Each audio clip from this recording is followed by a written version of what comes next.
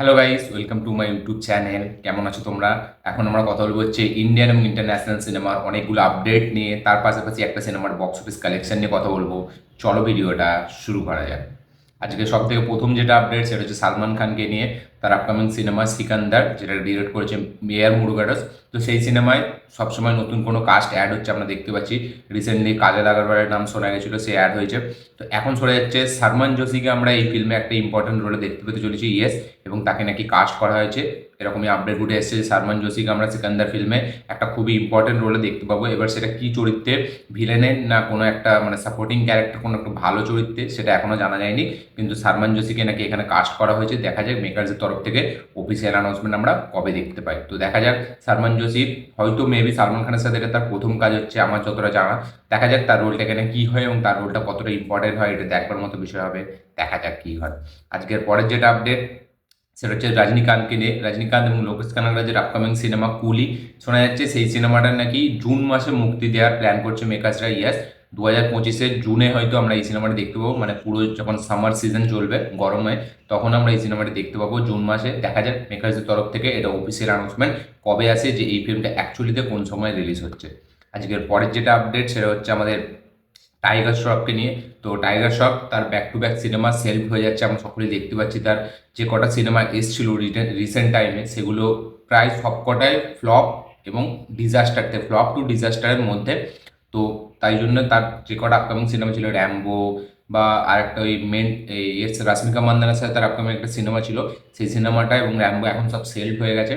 শোনা যাচ্ছে যে টাইগার শ্রফের নেক্সট সিনেমা যেটাতে সে কাম করতে পারে সেটা হচ্ছে বাগি 4, ইয়েস। টাইগার শ্রফের যেটা দিয়ে কাম করবে সেই সিনেমাটির নাম হচ্ছে বাগি 4। ইতিমধ্যে মানে শুটিং শুরু হওয়ার প্রস্তুতি নিচ্ছে মেকার্সরা, এবং এই সিনেমাটা দিয়েই হয়তো টাইগার শ্রফ মেবি, যেরকম মনে করা হচ্ছে, যে হয়তো সে কাম করতে পারে। দেখা যাক এই সিনেমার অফিসিয়াল অ্যানাউন্সমেন্ট আমরা কবে দেখতে পাই। এবং বাগি হচ্ছে টাইগার শ্রফের সব থেকে মানে হেভি ফ্র্যাঞ্চাইজ, যেটা কিনা সে খারাপ সিনেমা হলো বাগি 3-এর মতো সিনেমা হলেও সে করোনার সময় ভালো কালেকশন এনে দিয়েছে। দেখা যাক বাগি 4 কীরকম হয়, এর অফিসিয়াল অ্যানাউন্সমেন্ট আমরা কবে দেখতে পারি। এবং এই ফিল্মটা দিয়েই কি টাইগার শ্রফ কাম করে, এটা দেখবার মতো বিষয় হবে। দেখা যাক কী হয়। আজকের পরের যেটা আপডেট সেটা হচ্ছে থালাপতি বিজয়ের লাস্ট সিনেমাকে নিয়ে, থালাপতি 69, যেটাকে নিয়ে প্রচুর কথাবার্তা হচ্ছিল যে অ্যাকচুয়ালি থেকে ডিরেক্ট করবে।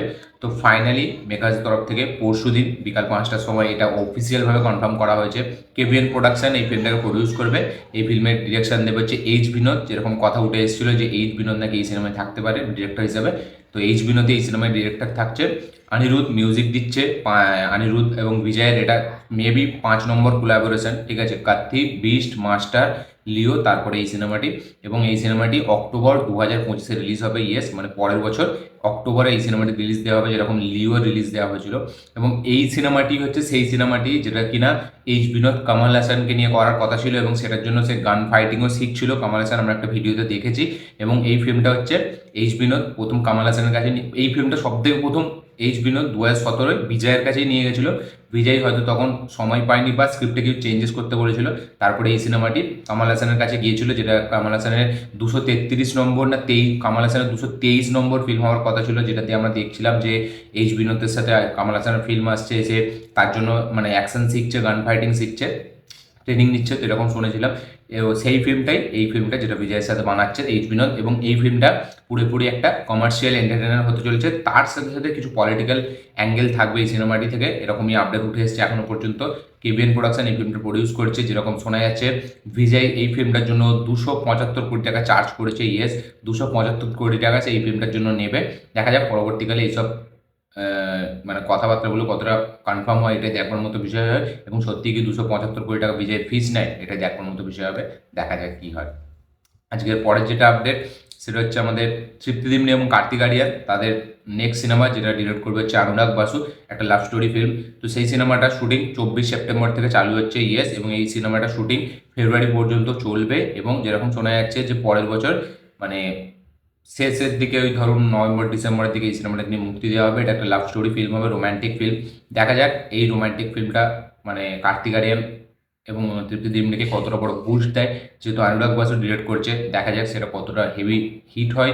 এবং তৃপ্তি দিমনি এখন ব্যাক টু ব্যাক সে অ্যানিমেলের পরে কাজ পাচ্ছে, রাজকুমার রাওয়ের সাথে কাজ করছে, ভিকি কৌশলের সাথে কাজ করে ফেলছে, যত আমাদের ইয়াং এজ যত অ্যাক্টার আছে, ঠিক আছে, এবং যে কটার সাথে কাজ করছে তারা কিন্তু প্রত্যেকে নিজের জায়গায় হেভি, প্রত্যেকের মানে পারফরমেন্স হেভি। তো দেখা যাক কার্তিক আরিয়ানের সাথে তার এই জুটিটা কতটা সুন্দর হয় এবং কতটা বড় হিট দিতে পারে, এটা দেখবার মতো বিষয় হবে। পরের বছর এই সিনেমাটি রিলিজ হচ্ছে, 24 সেপ্টেম্বর থেকে এই সিনেমাটি শুটিং চালু হচ্ছে। আজকের পরের যেটা আপডেট সেটা হচ্ছে তুম্বাডকে নিয়ে। তো তুম্বাডের সিকুয়েলের কাজ 2025 থেকে চালু হবে এবং তুম্বাড 2 আসছে, এটা আমরা পুরোপুরি জেনে গেছি, এটা পুরোপুরি কনফার্ম করা হয়েছে মেকার্সের তরফ থেকে। তো এই সিনেমাটার শুটিং 2025 থেকে প্রথমের দিক থেকে চালু হবে এবং যেরকম শোনা যাচ্ছে যে এই সিনেমাটা নাকি 2025-এর শেষের দিকে আমরা দেখতে পেতে চলেছি।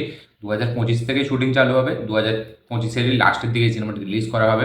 তুম্বাড 2, এই তুম্বাড যেটা প্রথমে রিলিজ করা হয়েছিল সেটা অতটা কালেকশন আসেইনি বলতে গেলে, মানে 90% অডিয়েন্স জানতো না, কিন্তু যখন রিলিজ করা হয় তখন কিন্তু বক্স অফিসে ভালো কালেকশন করেছে এবং তুম্বাড নিয়ে এখন সকলের মধ্যে একটা মানে একটা হাইপ জেনারেট হয়ে গেছে। দেখা যাক তুম্বাড 2 কতটা বড় first day box office collection করে এবং এই সিনেমাটির রিলিজ ডেট ফাইনালি কোন দিন হয়। আজকে নেক্সট যেটা আপডেট সেটা হচ্ছে সিকান্দার ফিল্ম থেকেই।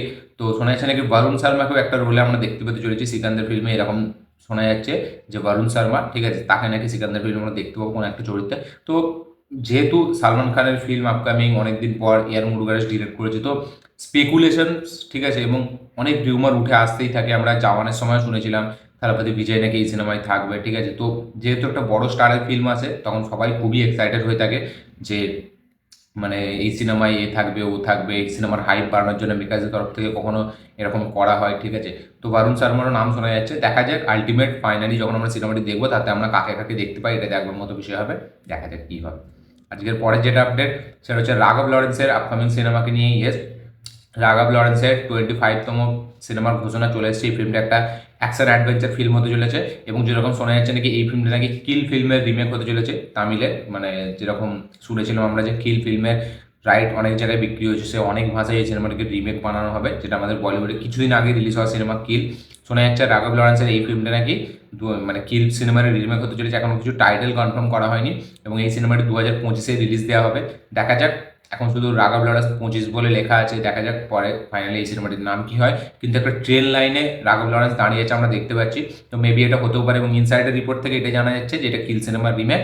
দেখা যাক পরবর্তীকালে এটা আরও অফিসিয়াল অ্যানাউন্সমেন্টটা কবে আমরা দেখতে পাই। আজকের পরের যেটা আপডেট সেটা হচ্ছে জিতকে নিয়ে। তো আমাদের বাংলার সুপারস্টার জিৎ, তো তার এই যে খাকি যেটা 2 আসছে, খাকি বেঙ্গল চ্যাপ্টার, ঠিক আছে, সেই সিনেমার প্রজেক্টে এখন সে নীরাজ পান্ডের সাথে সে যুক্ত আছে এবং সেই সিনেমারই শুটিং করছে।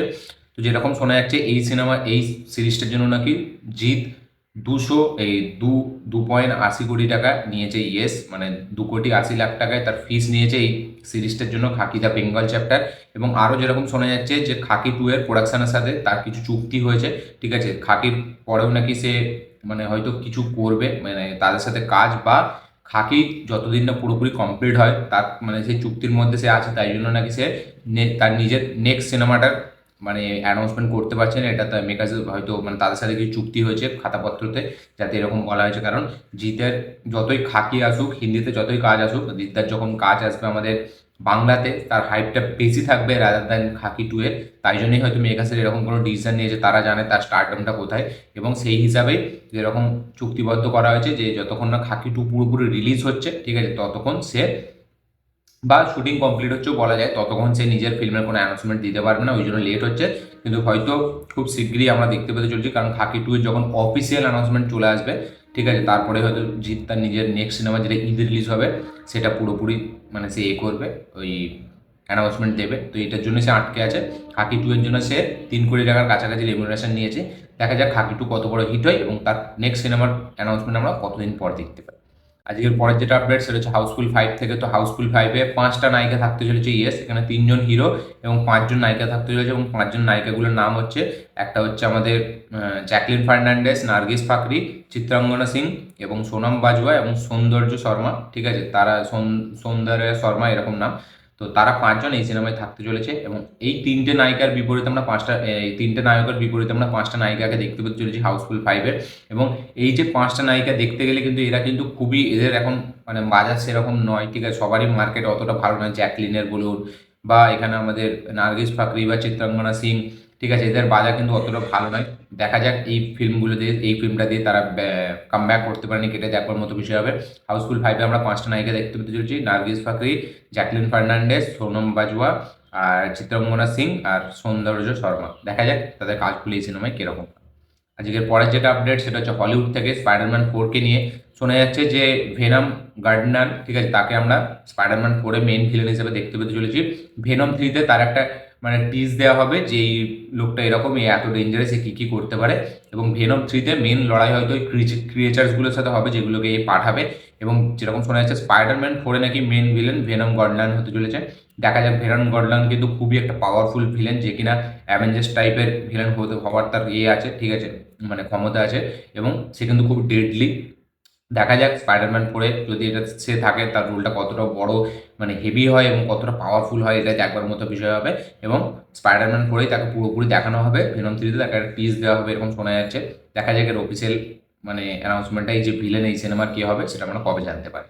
আজকের পরের যেটা আপডেট সেটা হচ্ছে স্ত্রী 2 এর বক্স অফিস কালেকশন নিয়ে। ইয়েস, টোটাল 29 দিনের শেষে এই সিনেমাটি যে বক্স অফিস কালেকশন করেছে সেটা হচ্ছে ডোমেস্টিক নেট কালেকশন, সেটা হচ্ছে 573 কোটি টাকা, এবং ইন্ডিয়া গ্রস কালেকশন সেটা হচ্ছে 676 কোটি টাকা।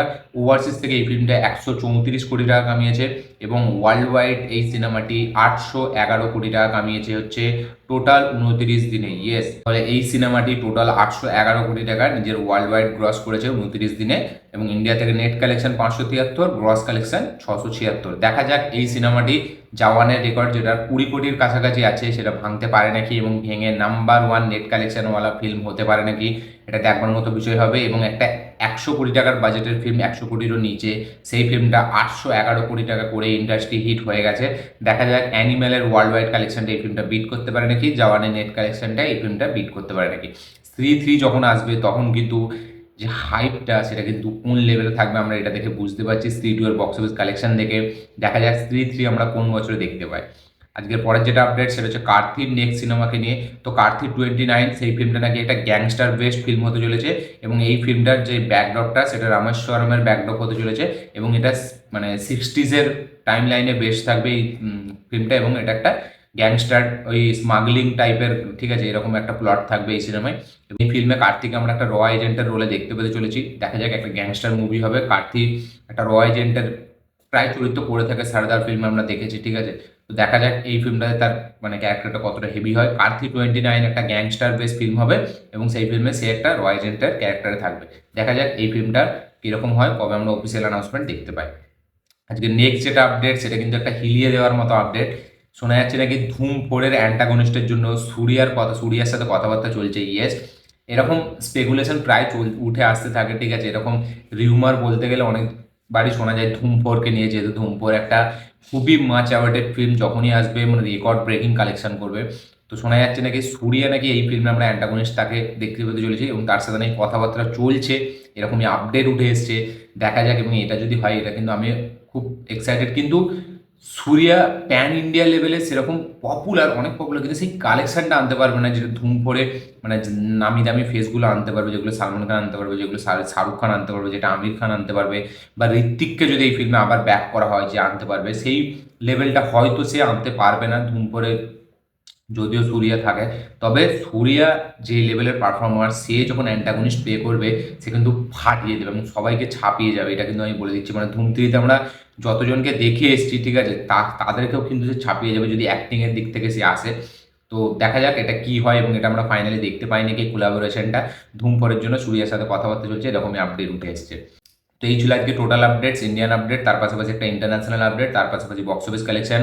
এই মানে বিষয়টা জেনে, এই বিষয়গুলো জেনে, আপডেটগুলো জেনে আপনারা কতটা কি এক্সাইটেড, আপনাদের কি মতামত, কি বক্তব্য, অবশ্যই কমেন্টে লিখে জানাবেন।